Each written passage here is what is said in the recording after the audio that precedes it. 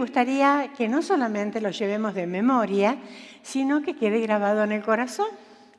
¿Por qué? Para que diariamente, sería muy bonito, que podamos decir, bueno, Señor, que hoy solamente me comporte como es digno del Evangelio de Cristo. Y eso implica todo. Mi conducta, mi manera de hablar, mi manera de ser, mi forma de tratar a otros, mi forma de expresarme, absolutamente todo. Entonces, repetimos el texto y me gustaría que esta vez lo repitamos todos, ¿sí? Entonces, ¿qué es? Solamente que os comportéis, esperen que todavía no lo pusieron el texto en la pantalla, sí, ahí está. Solamente que os comportéis como es digno del Evangelio de Cristo. ¿Lo repetimos? Dice que la memorización, la base es la repetición. O sea, si lo repetimos, nos va a quedar y se nos va a pegar en el corazón. ¿Vieron cómo muchas veces hacen en Facebook o con las redes? Que hacen, cortan y pegan, ¿no? La palabra de Dios la tenemos que agarrar de aquí y pegarla aquí. ¿Para qué? Para que nos quede. Y diariamente repetirnos. Solamente hoy, Señor, que me pueda comportar como es digno de ti, de tu Evangelio. Y ya hemos hablado mucho de lo que es el Evangelio, ¿verdad? El Evangelio es Cristo. Repetimos de nuevo. Solamente que os comportéis como es digno del Evangelio de Cristo. Filipenses 1, 27. Siempre es bueno recordar dónde queda para ir a la Biblia y saber dónde queda. Entonces ahora vamos a ver que el Evangelio me llama a amar. También eso, el Evangelio me llama a amar. Hay muchos unos a otros, pero también el Evangelio me llama a amar. Y es tan importante el amar, y no es el amor romántico, no es el amor, que malinterpretamos la palabra amor, no es el amor que se puede tener por un amigo, porque siempre buscamos para tener una amiga tenemos que ser congeniar.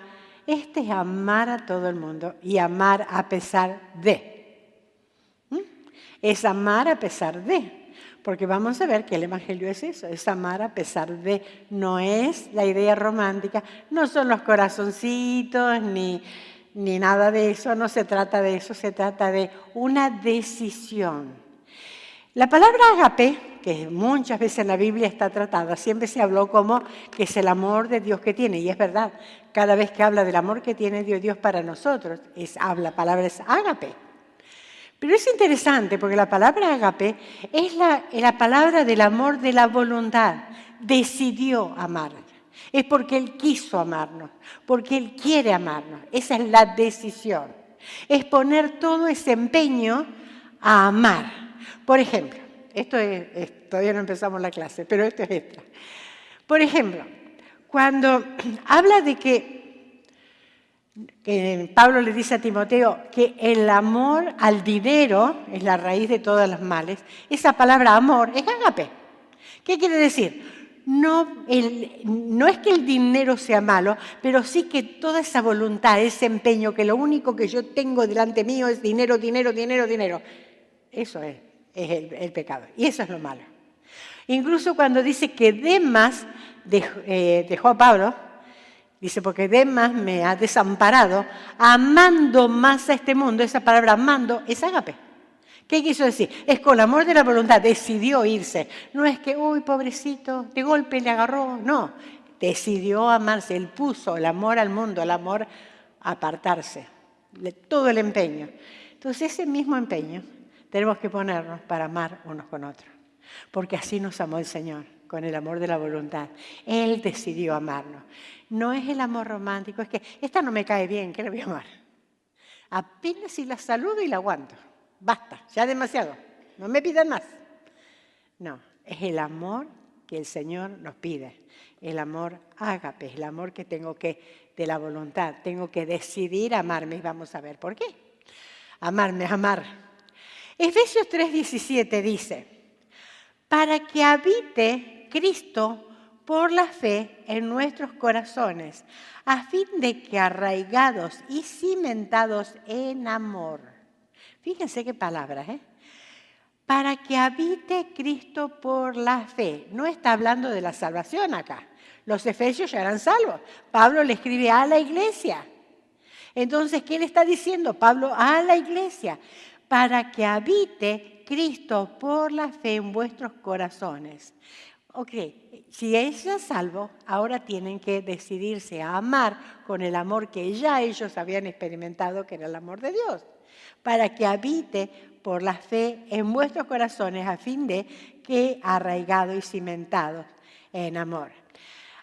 Cristo habita en nuestro corazón desde el mismo momento en que hemos creído, ¿verdad? Creemos en Cristo, nos arrepentimos de nuestros pecados, el Señor nos perdona, nos salva y dice que Él viene a morar con nosotros, en nosotros, dentro nuestro. Entonces, si ya Cristo habita en mi corazón, ahora yo tengo que hacerlo sentir en casa.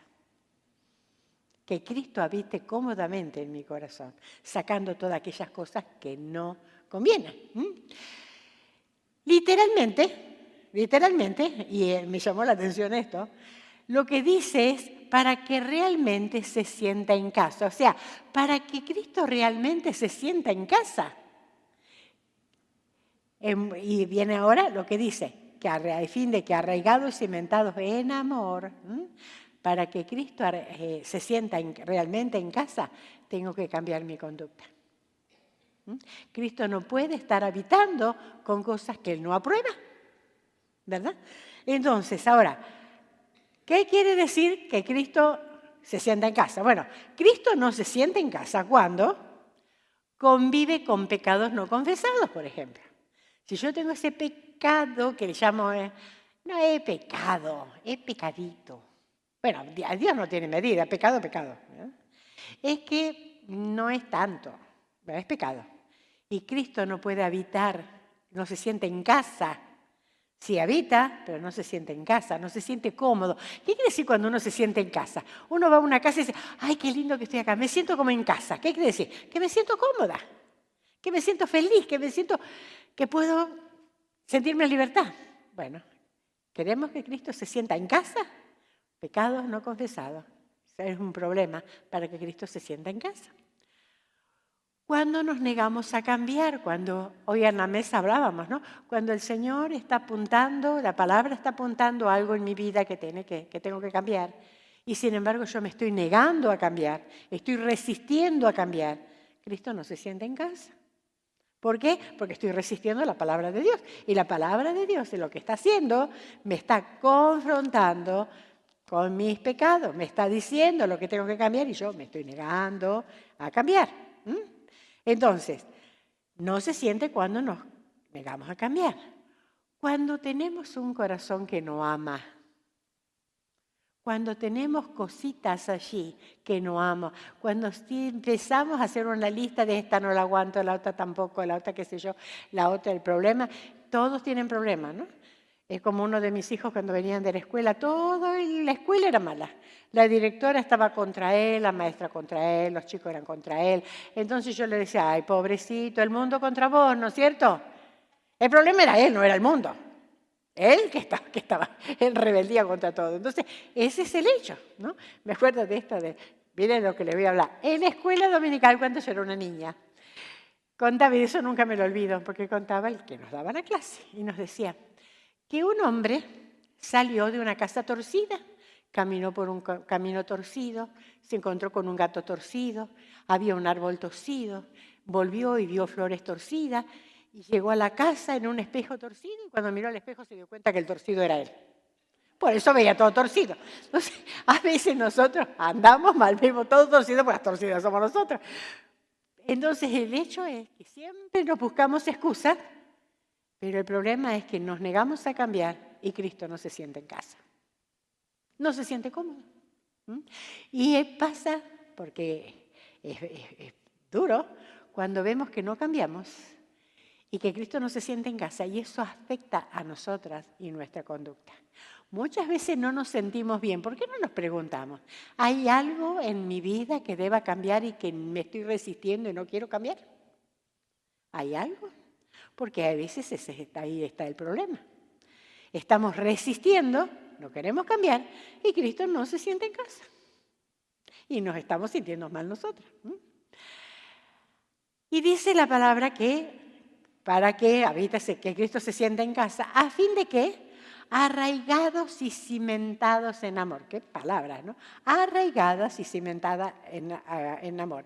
Arraigada quiere decir, en referencia a una planta, que es arraigar, es echar raíces, que se sienta cuando echa raíces y se siente que la raíz se siente fuerte en la tierra donde está haciendo. Entonces, quiere decir que nosotros tenemos que estar arraigados, o sea, echar raíces fuertemente, hacerse muy firme, establecerse de manera permanente en un lugar, y es lo que quiere decir esto, arraigada, y cimentada se refiere al fundamento, a tener un fundamento. ¿Cuál es ese fundamento? ¿En qué tengo que estar arraigada? ¿En qué tengo que estar permanente? ¿En qué no tengo que fluctuar? ¿En qué tengo que estar firme? Bueno, para que Cristo se sienta en casa tenían que usar lo que ya tenían. ¿Qué tenían? Romanos 5:5. El amor de Dios ha sido derramado en nuestros corazones por el Espíritu Santo que nos fue dado. El amor de Dios que nos nutre, echa raíces, y es un firme fundamento, cimentada, es conociendo ese amor. Ahora el Señor quiere que nosotros amemos con ese amor. Porque dice que el amor de Dios que ha sido derramado. No nos echó unas gotitas y se guardó el resto. Derramó, ¿qué quiere decir? Sobreabundó en amor.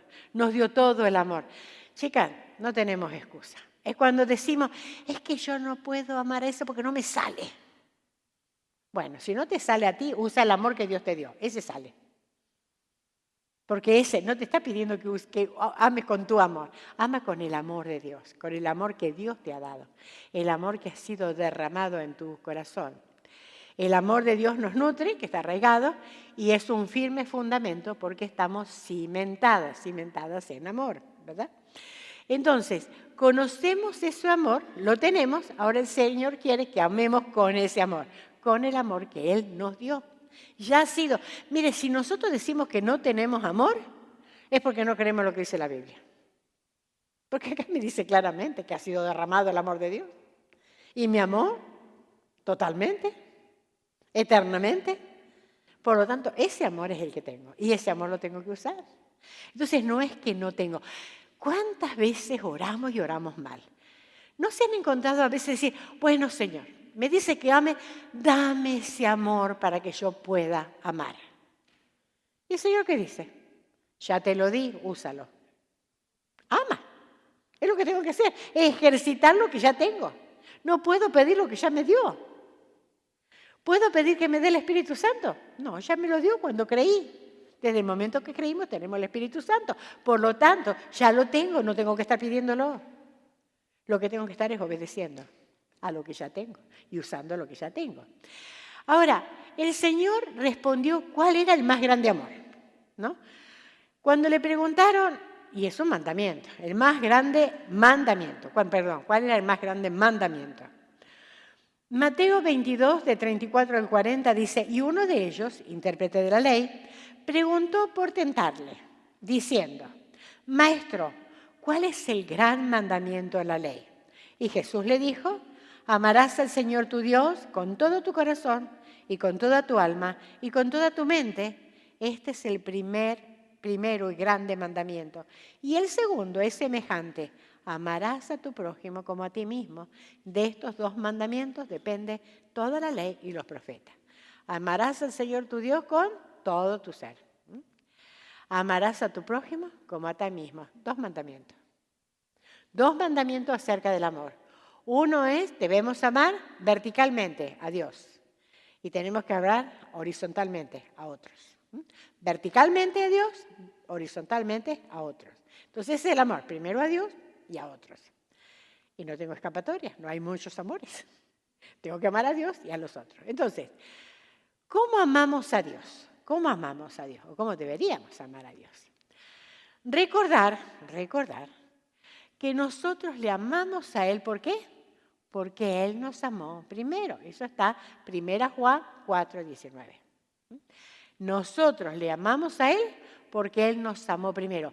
Quiere decir que mi respuesta a Dios es una respuesta al amor de Dios. Mi amor a Dios es una respuesta a su amor hacia mí. A mí nunca me salió de iniciativa amar a Dios, si no fuera que Él me amó primero.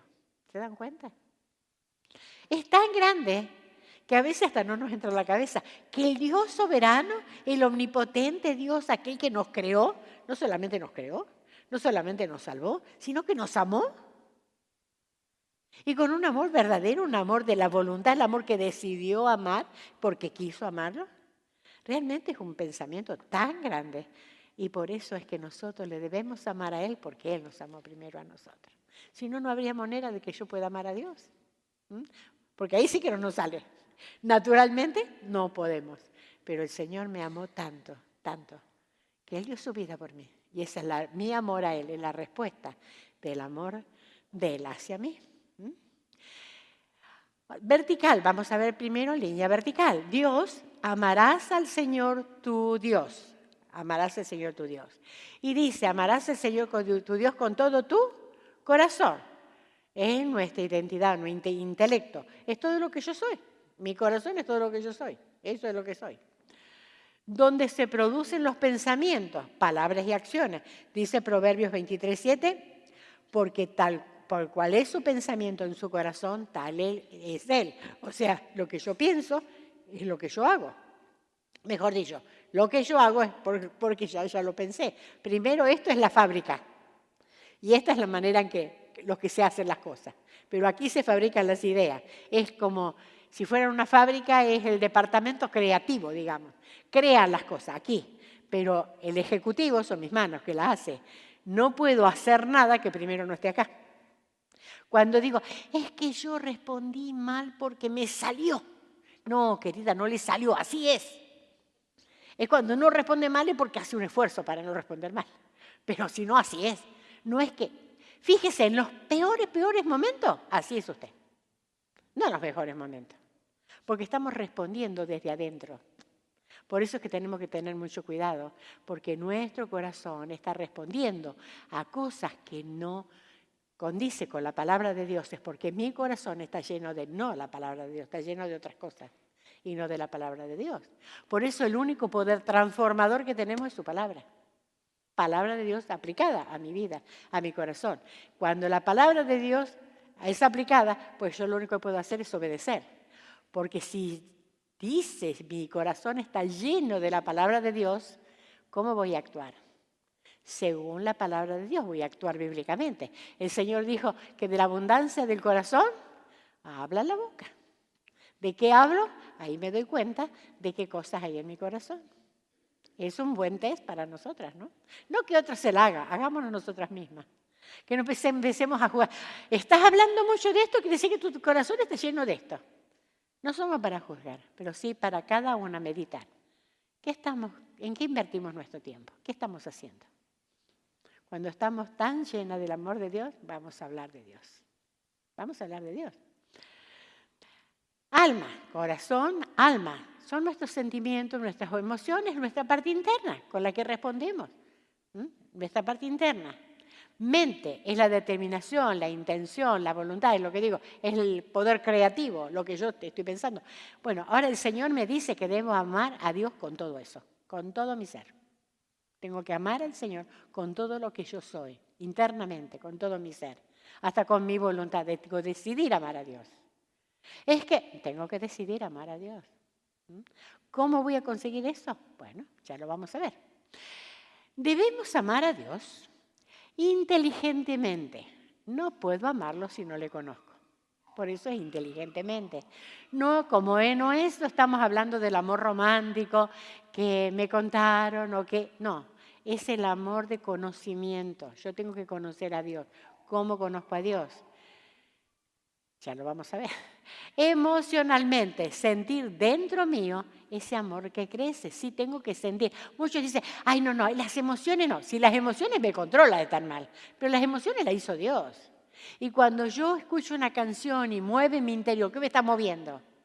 Me está moviendo mi corazón. Mi mente lo recibe, pero mi corazón o mi interior está respondiendo emocionalmente a eso. Porque estoy respondiendo. Cuando leo la palabra de Dios, verdades tan enormes como la que hemos visto, lo que es el Evangelio, mis emociones están respondiendo a eso, porque realmente así es Dios. Entonces tengo que amarlo inteligentemente, pero también emocionalmente, sentir dentro mío que ese amor va creciendo hacia Dios y va a ir creciendo a medida que lo voy conociendo. Voluntariamente debo estar dispuesta a amarla. Todo es cuestión de la voluntad. Yo tengo que decidir. Así como el perdón no me va a salir, yo tengo que decidir, así también es el amor. Tengo que decidir amar a Dios. Tengo que decidir conocerlo a Dios. Tengo que decidir invertir tiempo conociendo a Dios. Es mi decisión. No me lo pueden imponer. No puede imponerlo a nadie, ni siquiera el pastor. El pastor me puede enseñar, pero yo tengo que decidirme, hacerlo.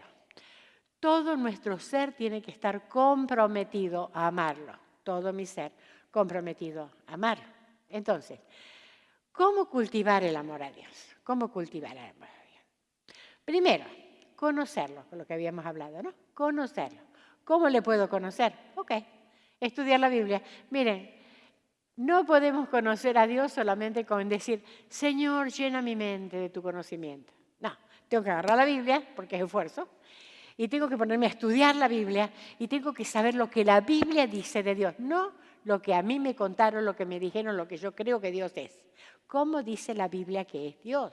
Miren, por ejemplo, sin ir más lejos, muchas personas creen que el Dios que está en el Antiguo Testamento es un Dios de ira, es un Dios lejano, es un Dios. Sin embargo, cuando empezamos a leer el Antiguo Testamento y vemos que es un Dios grande en misericordia, que perdona a un pueblo rebelde, que vez tras vez le vuelve la espalda, que le es fiel a un pueblo donde el pueblo no le fue fiel, donde por amor le mantuvo 40 años en el desierto, que nunca le faltó pan, que la nube nunca se apartó, que el fuego nunca se apartó, que le dio agua, que le dio comida, le dio hasta su presencia en medio de ellos. ¿No es maravillosamente misericordioso? Ese es el Dios. Agarremos la Biblia y empecemos a estudiar qué dice la Biblia, no lo que a mí me dicen que es. ¿Qué dice la Biblia? Y no agarremos pasajes aislados, empecemos a ver la historia. Cómo en respuesta a que Dios era fiel, Dios los buscaba, Dios les advertía. A mí me abrió mucho los ojos cuando empecé a estudiar a Jeremías y que le mandaba a los profetas decirle, arrepiéntanse, dejen los ídolos, vuelvan a mí, vuélvanse. ¿Y qué decían ellos? No nos volveremos, no nos arrepentiremos, no dejaremos los ídolos. Así le respondían. ¿Y el Señor qué? Los manda de cautiverio para que aprendan la lección, pero en 70 años su misericordia los trae de vuelta.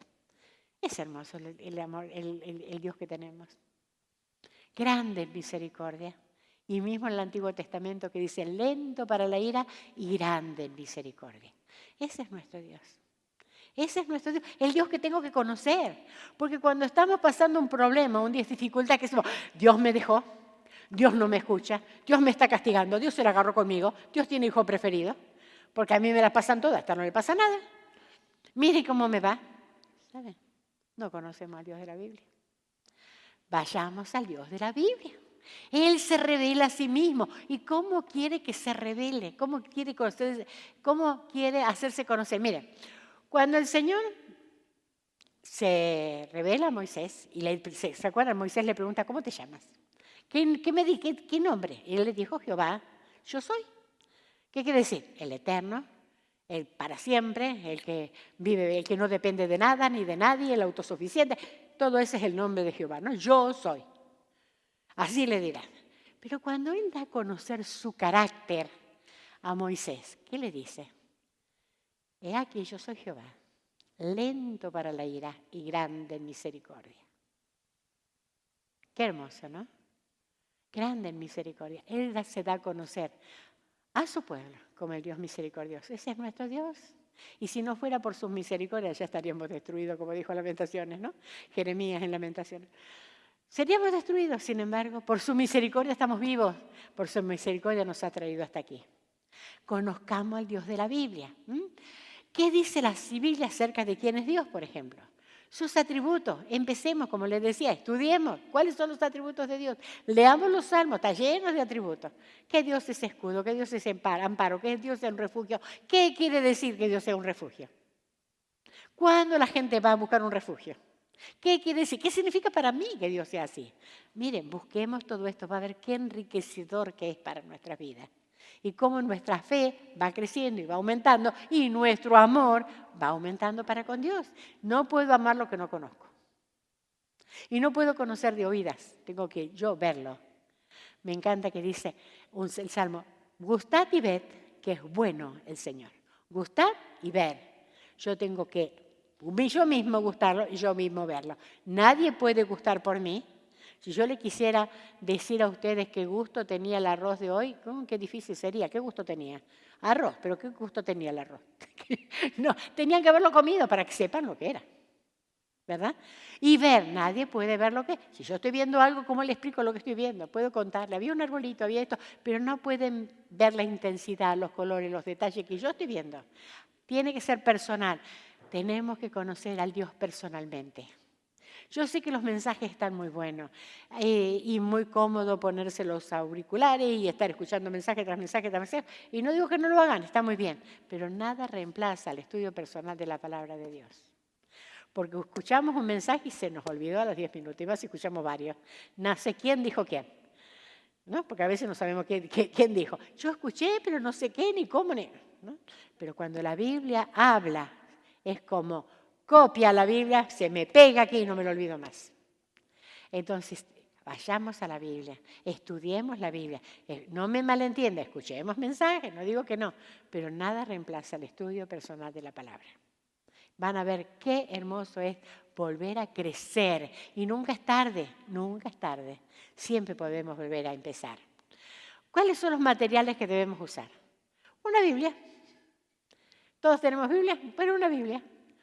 Comentarios bíblicos. Diccionario. Si es comentario, por favor, pregúntele a su pastor cuál comentario les recomienda, porque hay comentario y comentarios, ¿no? Tiene que ser un comentario bíblico recomendado y que trace bien la palabra, de verdad. Un diccionario común. Muchas palabras a veces ni siquiera sabemos qué quiere decir porque no la entendemos. Un diccionario, una libreta y un lápiz, porque lo que uno anota se le queda más. Cuando hago acá dice que Dios es así, lo anoto. Uy, que Dios es así. Cuando yo estoy pasando problemas, ¿qué quiere decir que Dios sea eso? Puedo acudir a Dios en tiempo de peligro, ¿ok? Y lo anoto y me va a quedar más grabado. ¿Cómo? El modo de hacerlo. Primero orar. Tengo que orar pidiéndole al Señor que me dé la sabiduría. Leer el texto o el pasaje a lo que yo me estoy dedicando, o el salmo, lo que busquemos. Buscar las palabras que no se entienden para buscarlas en el diccionario. Después meditarlo. No decir, ya cumplí, ya está. No, meditarlo. ¿Qué está diciendo? ¿Cómo lo está diciendo? ¿Por qué lo está diciendo? ¿Cuál es la situación que estaba pasando?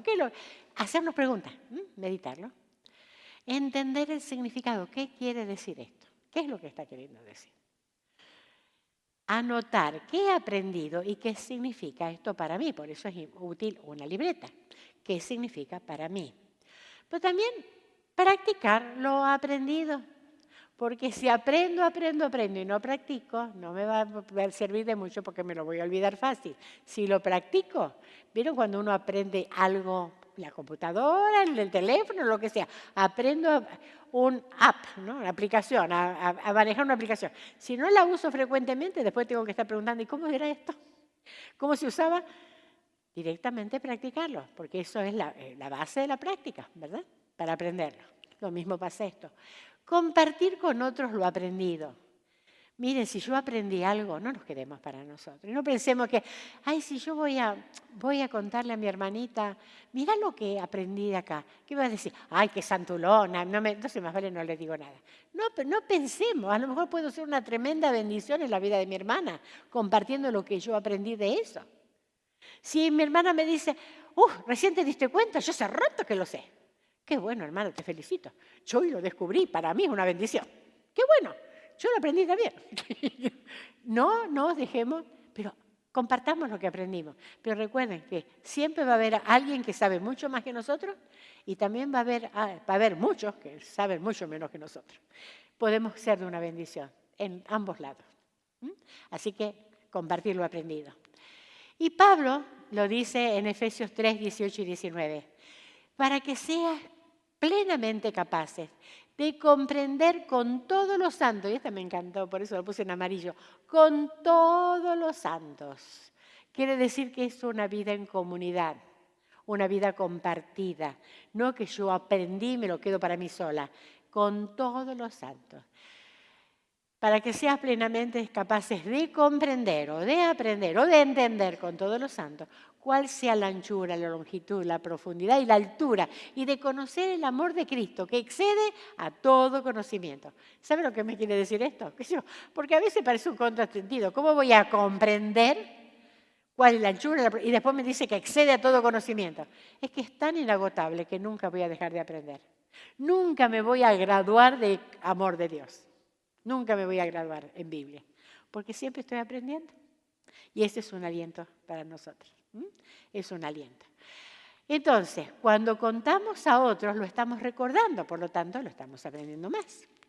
Tenemos más convicción, seremos de bendición a otros, y Pablo les decía a los efesios, para que comprendamos, quiere decir yo y los santos. A mí, para que comprendan, ¿no? Plenamente capaces de comprender con todos los santos. ¿Quiénes? Yo y los santos. Yo y los otros. No estoy sola. Comprendemos todos juntos. Es la vida de iglesia, es la vida de comunidad. Por eso digo que la Biblia está llena de cosas que tenemos que practicar en la iglesia. Y continuamente estar recordando lo que aprendí. No decir que en la primera que de vuelta que me viene, viste, entonces aprendí mal porque ya esto no me fui. No. Yo estoy mal, no la Biblia. La Biblia nunca se equivoca, yo es la que me equivoco. Nuestro problema es porque olvidamos, así que recordar, volver a recordar lo que he aprendido. Y la mejor manera es aprender y practicar para que no nos olvidemos. Entonces, perdón que ya me fui también con esta.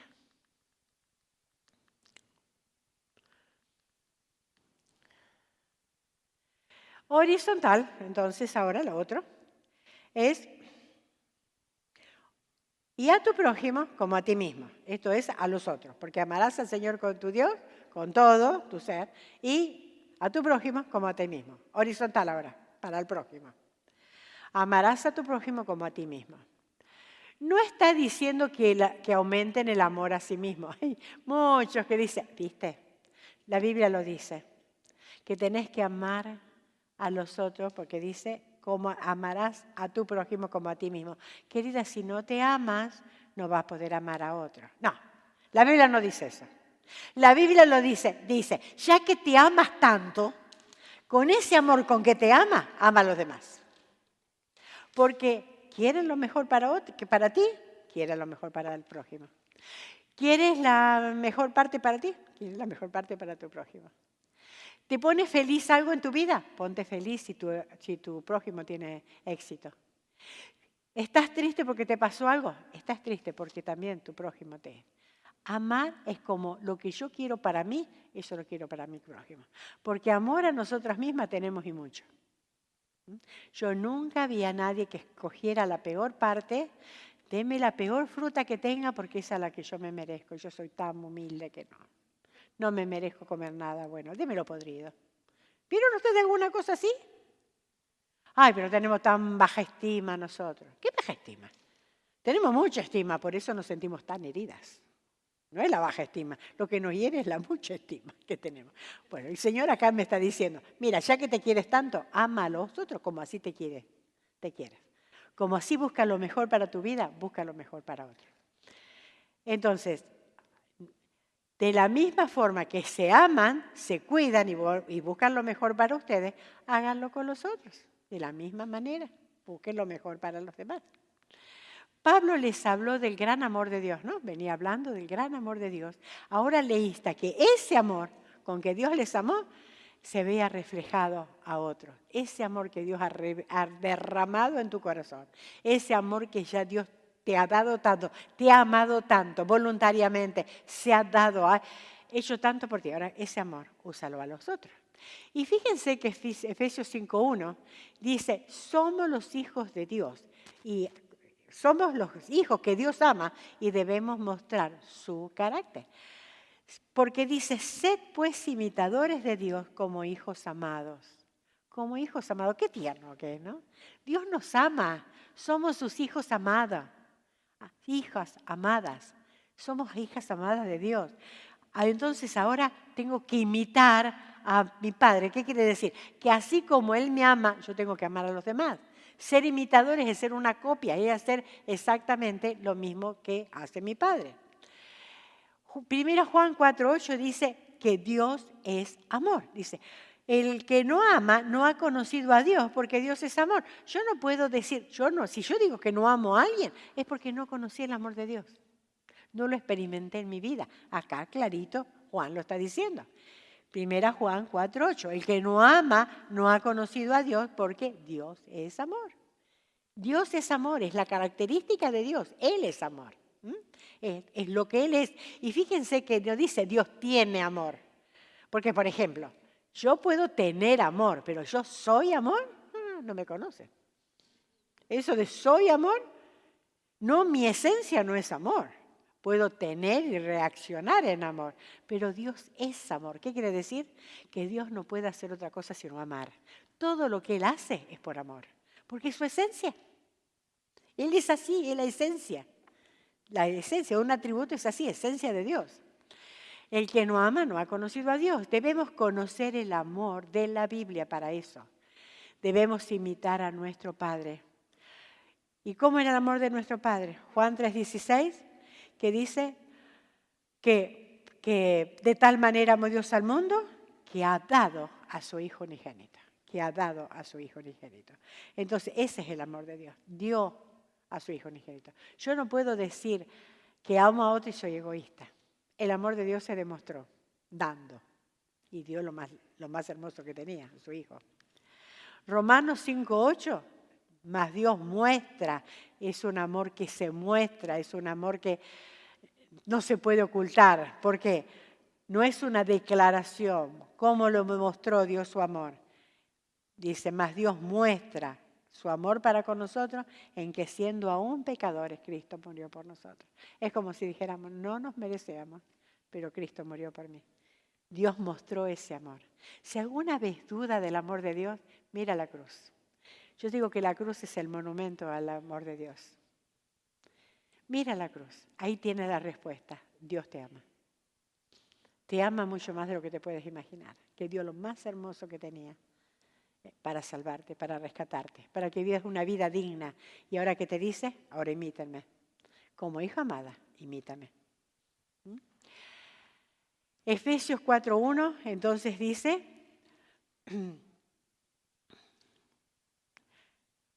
Efesios 4:1, porque te dice, andad en amor. Andar en mi amor quiere decir vivir en amor. Y fíjense que dice, como es digno, adecuado, apropiado. Somos llamados a un estilo de vida que refleje su amor, su gracia y su misericordia. Lo voy a buscar en Efesios 4:1 porque me gustaría leérselos de acá. Dice, yo pues preso en el Señor, está hablando Pablo, os ruego que andéis como es digno de la vocación en que fuisteis llamados. ¿Cómo? Con toda humildad, estoy leyendo el versículo 2, con toda humildad y mansedumbre, soportándoos con paciencia los unos a los otros, en amor. En amor. ¿Se acuerdan que estuvimos mirando el alentar todo lo que tenemos que hacer? Ahora le está agregando en amor. Ser paciente, sí, pero en amor. Entonces, ¿cómo andar en amor? Bueno, lo que está diciendo acá, en Efesios 4, 2, 3. Pero ¿cuál es el objetivo? Fíjense lo que dice el versículo 3. Solícitos en guardar la unidad del Espíritu en el vínculo de la paz. El objetivo es guardar la unidad que ya tenemos en Cristo. Si ustedes recuerdan, en Juan capítulo 17, en la oración sumo sacerdotal que el Señor hace antes de ir a la cruz. Intercede por los suyos. En vez, ya horas antes de ir a la cruz, en vez de estar enfocándose en todo lo que Él iba a pasar, se enfoca en los suyos. Hasta nosotros, porque dice, no te ruego solamente por esto, sino porque los que van a creer por la palabra de esto. O sea, hasta nosotros estábamos ahí. ¿Y qué les dice? Que sean uno, como tu Padre y yo somos uno. Cuando hay desunión en una iglesia, cuando hay desunión entre los hermanos, no estamos reflejando la unidad que Dios tiene, que Cristo y el Padre tienen. Y el Señor nos pide que seamos uno. Para ser uno, que necesitamos bajar las espinas y bajar el orgullo. El orgullo no lo vamos a llevar a ningún lado. Entonces, Dios resiste a los orgullosos. Quiere tenerlos lejos a los que son orgullosos. Por lo tanto, el orgullo es lo que divide.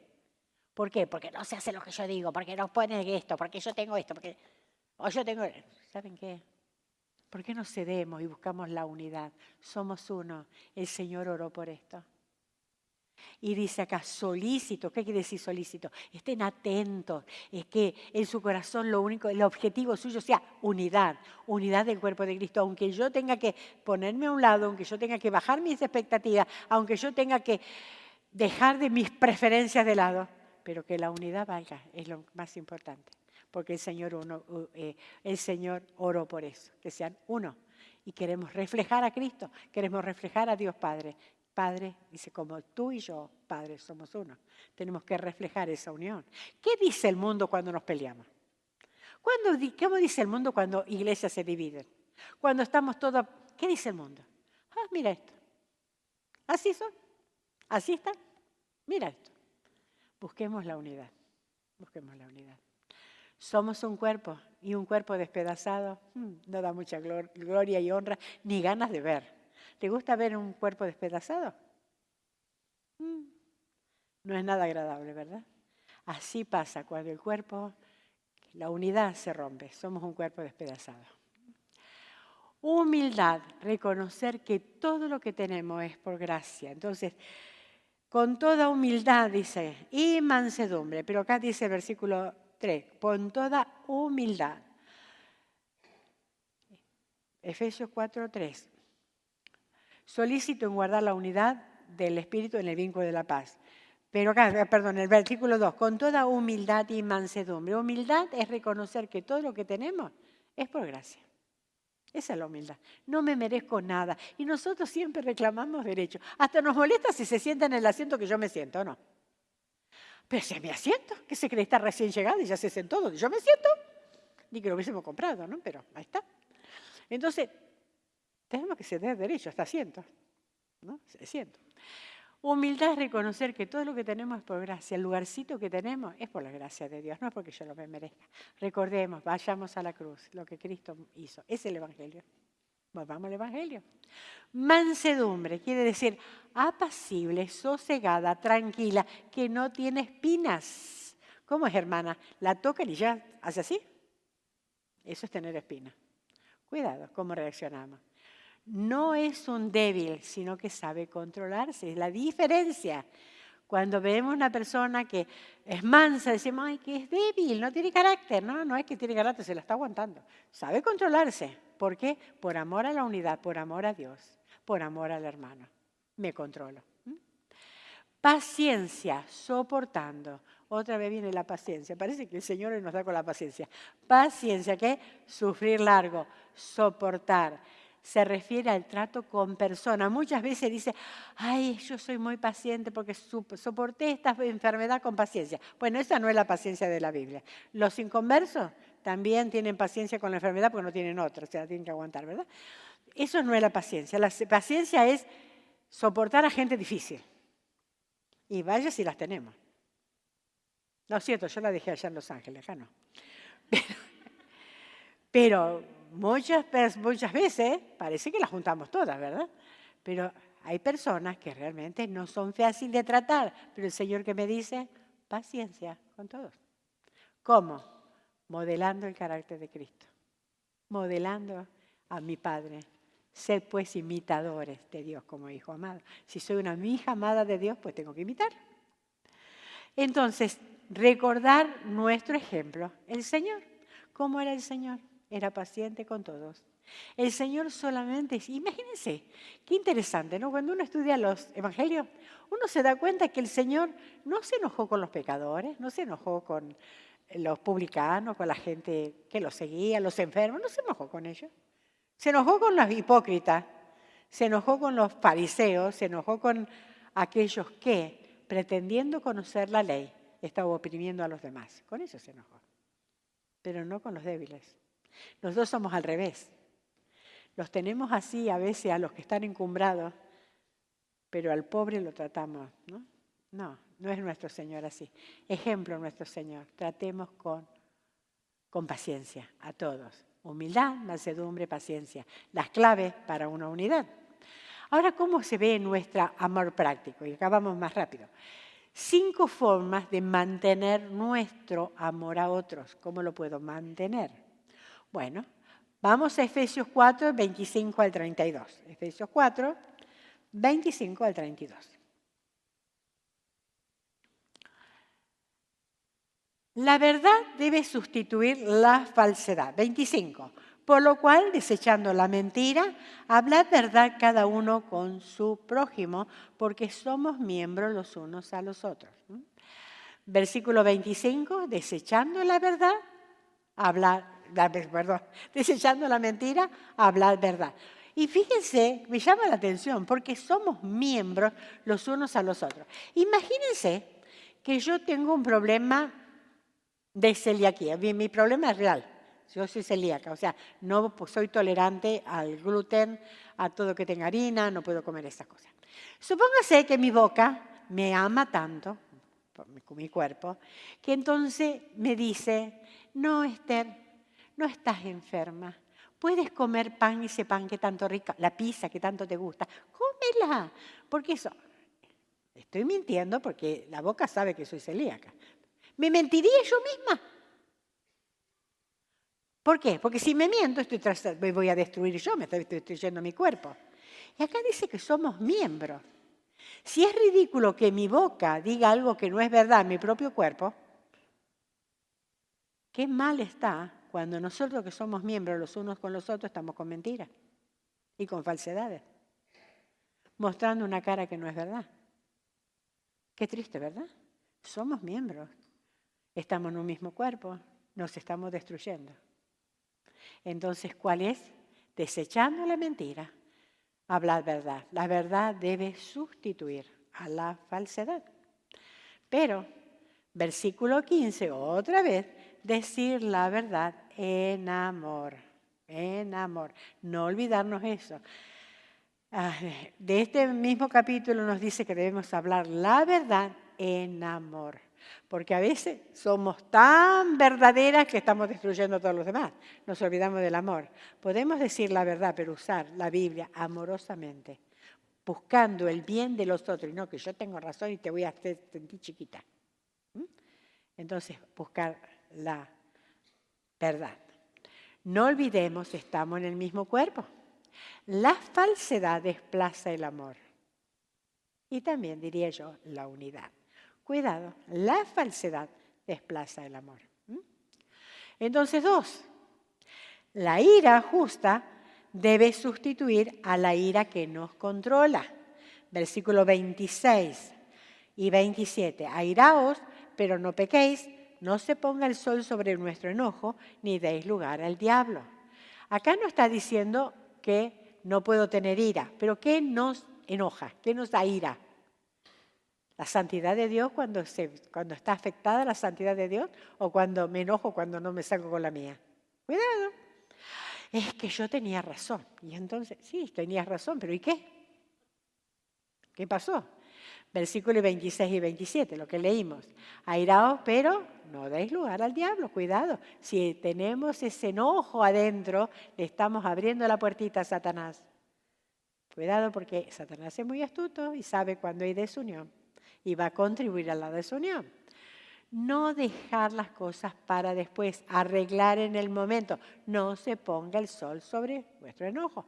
Por ejemplo, nosotros cuando nos casamos, una regla con mi esposo fue nunca, 50 años de casada, chica, así que nos resultó, nunca irnos a dormir enojados. Literalmente tomamos eso. Bueno, en verano teníamos más tiempo de arreglar las cosas porque se oscurece más tarde. Pero bueno, la cosa era no irnos a dormir enojados, nunca. Entonces siempre tuvimos que arreglar las cosas antes. Algún problema que teníamos, pues lo arreglamos. Y lo arreglamos pacíficamente, gracias a Dios, porque todavía duramos. Entonces, pero ¿por qué? ¿Por qué ese consejo? Lo que está diciendo no es que tenemos que mirar el reloj a ver cuándo se va a poner el sol hoy o no. sino que lo que quiere decir es que no dejes para después, porque después eso se hace más duro y endurece tu corazón. Cuando dejamos pasar algo que tenemos que arreglar, endurece nuestro corazón y es mucho más difícil arreglar las cosas después. Se hace cada vez más grande, como una bola de nieve, más grande y más grande y más grande, ¿no? No dejar para después. No dejar que el rencor se arraigue en el corazón y de pronto brote y brote amargura y contamine a todos los demás. No dejar, porque de allí a que empiece, ya dejamos pasar y ya empezamos a pensar mal y ya estamos inventando cosas y ya se está creando muchísimo problema. Arreglemos las cosas ya. Y es una orden del Señor, no es mía. Ya, porque dice no. Acá el Señor no está diciendo que son sugerencias. ¿Les conviene? No. Airaos, pero puedes tener razón en lo que está, pero no pequéis. No tienes razón en lo que estás diciendo, sí, pero ¿sabes qué? No tienes razón en estar enojada. Eso es lo que... el problema siempre es la respuesta, lo que respondo. No dejar que el rencor se arraigue. No nos dejará un sabor amargo en nuestra boca y nos llenará a nosotros de amargura. Le daremos lugar al diablo para que apague el amor. Y qué triste que es. Qué triste. ¿Se acuerdan cuando el Señor le escribe las cartas a la iglesia, a las 7 iglesias en el Apocalipsis? La primera iglesia en Éfeso, justamente esta iglesia. Le dice, pero tengo contra ti que has dejado tu primer amor. El amor se puede ir apagando. ¿Y qué le dice? Vuélvete y arrepiéntete. Todavía tienes tiempo, hay lugar. ¿Estás viviendo sin perdonar? ¿Estás viviendo en amargura? ¿Estás viviendo sin amar como Dios te manda que ames? Hoy mismo arregla la situación. Hoy mismo puede hacer. No dejes pasar, no dejes que el sol se ponga sobre tu enojo. Porque se va a hacer más grande y se va a producir algo muy feo. Y siempre digo, si hay desunión, que yo no quiera hacer, que yo no sea parte de eso, porque es horrible ver un cuerpo destrozado. Somos cuerpo de Cristo. 3, la generosidad debe sustituir al robo. El que hurtaba, roba, no hurte más, sino trabaje haciendo con sus manos lo que es bueno, para que tenga que compartir con los que padecen necesidad. Está en el versículo 28, compartir con el que padece necesidad. Como creyentes ya habían dejado el robo, se supone que no robamos, ¿qué? Pero va más allá de dejar el robo. Fíjense dónde apunta. Tienen que trabajar no solamente para ellos, esforzarse para tener con qué compartir con los demás, con los necesitados. No somos propietarios de nada, somos administradores de todo. No nos corresponde nada. Si el Señor quiere ahorita mismo nos puede poner un dedo así y sacarnos todo lo que tenemos. No somos propietarios de nada. El Señor nos ha dado cosas para administrar. Y una cosa para administrar es que yo pueda tener una extra para poder ayudar a otros que están en necesidad. Qué hermoso, ¿eh? No solamente se trata, bueno, acá dice, el que robe no robe más. Pues saqué una, ya está. No es eso. Ya se supone que no robamos, claro. Pero ahora, trabajen un poquito más para poder ayudar a otros. O ahorren un poquito más. Eso estricta que se va a comprar y que no necesita y que la va a engordar, déjelo. Y el dinerito lo guarda y se lo comparte con otro que no tiene. ¿Qué le parece? Estamos bien, ¿verdad? De paso hacemos dieta. O tenemos más lugar en el closet, porque ya no sabemos dónde poner las cosas, ¿verdad? Y sin embargo, necesito. Mi marido me dice, ¿necesitas qué necesitas? Es que claro, no entienden, los hombres no entienden, pero bueno. Ese es otro tema para otra conferencia. El lenguaje de bendición tiene que sustituir al de maldición. Fíjense lo que dice el versículo 29.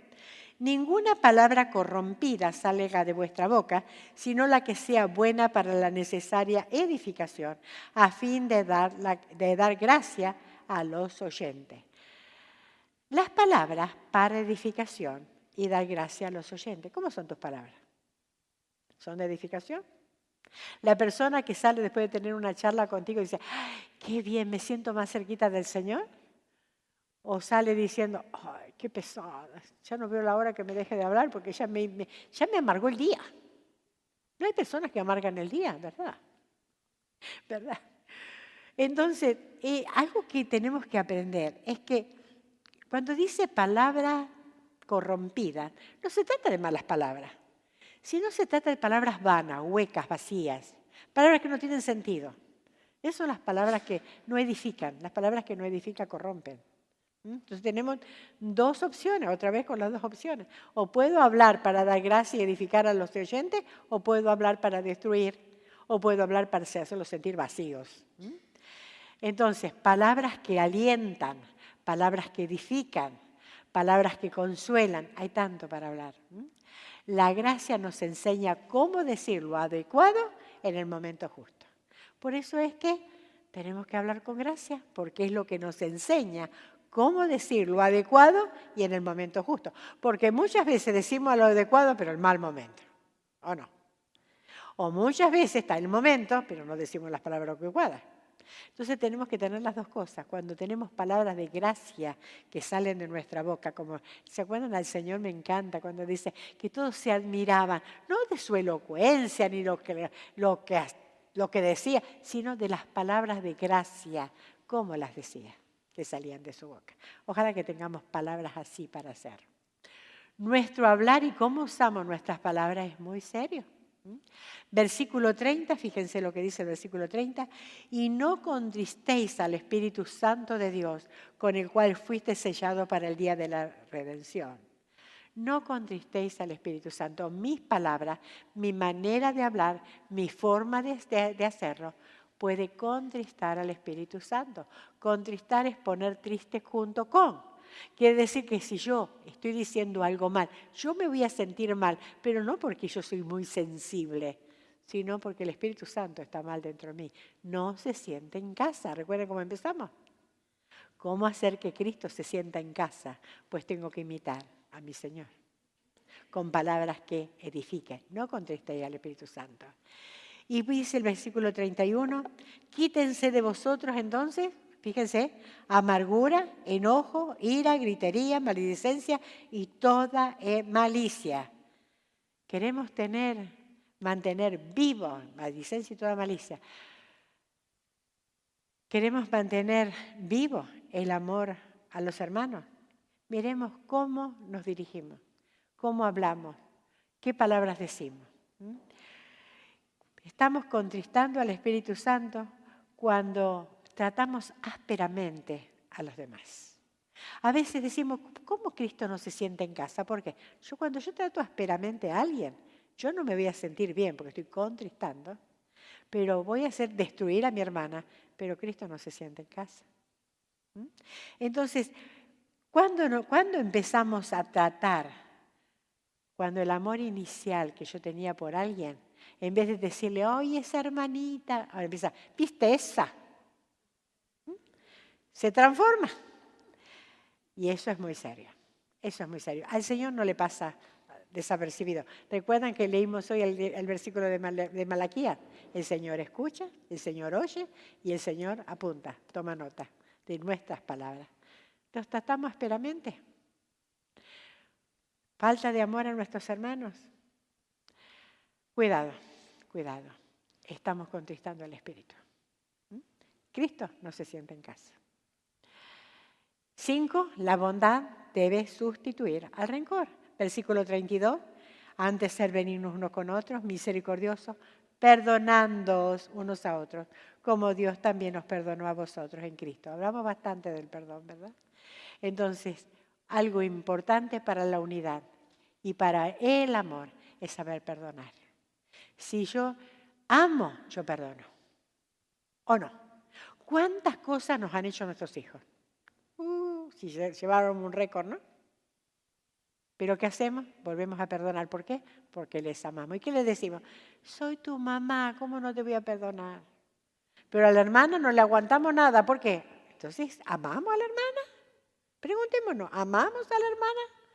Si amo a la hermana, no solamente la voy a aguantar, la voy a amar, la voy a recibir y voy a permitir que ella entre en mi corazón y en mi vida. Porque eso tengo que hacer, permitir que ella entre en mi corazón y en mi vida.